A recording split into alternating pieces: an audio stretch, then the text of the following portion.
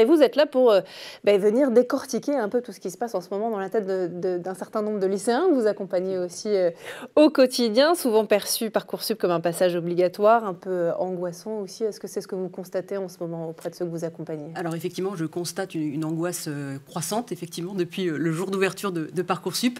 Mais en réalité, je pense que ce qu'il faut bien voir, c'est que Parcoursup, ça se passe bien si on prend le temps de réfléchir correctement à ses vœux et de demander l'aide et l'avis des sachants autour de soi, c'est-à-dire notamment de ses professeurs. Donc si on structure bien cette période, ça se passera très bien. Ça se passera très bien. Bon, en tout cas, on va essayer justement d'aller un petit peu plus loin et de continuer à parler de tout ça parce que certains élèves ont déjà une idée très claire de ce qu'ils veulent faire, tandis que d'autres sont complètement perdus et on peut les comprendre aussi. À cet âge-là, difficile de faire des choix. Ils hésitent entre plusieurs filières, plusieurs métiers.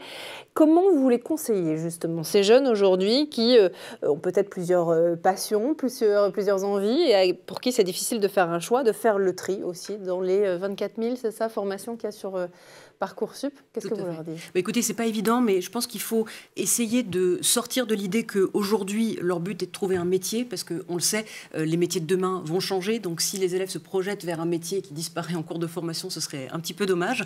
Donc, c'est la raison pour laquelle moi, j'ai plutôt tendance à les orienter passion. C'est-à-dire que j'essaie de leur dire, on va essayer de structurer au fil des années, à partir de la seconde, la pensée sur qu'est-ce que j'aime faire, qu'est-ce que j'aime comme matière, pour déjà commencer à faire le choix des différentes spécialités. Et puis, à partir du moment où on a trouvé les spécialités, on commence alors à se renseigner sur les formations qui existent.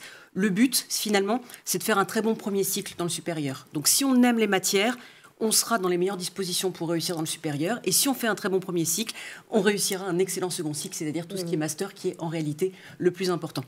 Donc pour moi, ça se construit dans la durée, sans pression, à partir de la seconde. Et puis, dès la première, on commence à faire des journées pédagogiques, des journées portes ouvertes, des journées d'immersion aussi, c'est de plus en plus à la mode. Et grâce à ça, les élèves commencent à se projeter dans des études et on peut avancer ainsi pour faire son choix. Mais je pense qu'il ne faut pas rester sur la notion de métier parce que c'est beaucoup trop restrictif.